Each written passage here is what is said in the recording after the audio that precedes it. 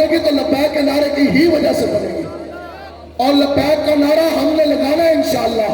لوگوں نے بڑی کوشش کی لبیک کے نعرے کو دبانے کی، کسی نے کہا سیاسی نعرہ، کبھی ظلم ستم کے پہاڑ کھائیں گے، کبھی سید زادے کے منہ میں تھپڑ، کبھی کریک ڈاؤن، کبھی چادر چار دیواری کا تقدس پامال، اور کبھی بچے، کبھی پابندیاں، کبھی زبان بندیاں، کبھی علاقہ بندیاں، لیکن سب نے اپنا اپنا زور لگایا، شخص سے لے کے غم تک پورا میڈیا، پورا قسم جمع ہوا کہ بارہ یہ جب ہو جائے، لیکن خدا کی قسم لبیک کا نعرہ ان کا باپ بھی بند نہیں کرا سکتا انشاءاللہ۔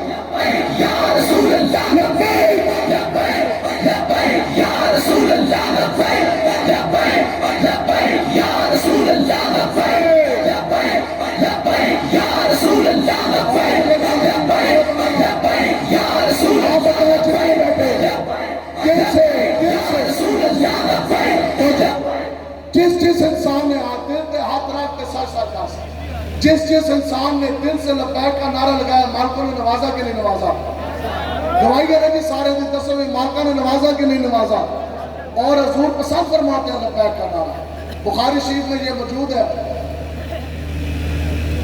حدیث نمبر 6452 6452، حضرت سیدنا ابو ہریرہ رضی اللہ تعالیٰ عنہ، آپ سے روایت ہے، آپ کو مانتے ہیں کہ میں بھوک سے میری یہ حالت تھی کہ میں زمین پہ گر چکا تھا۔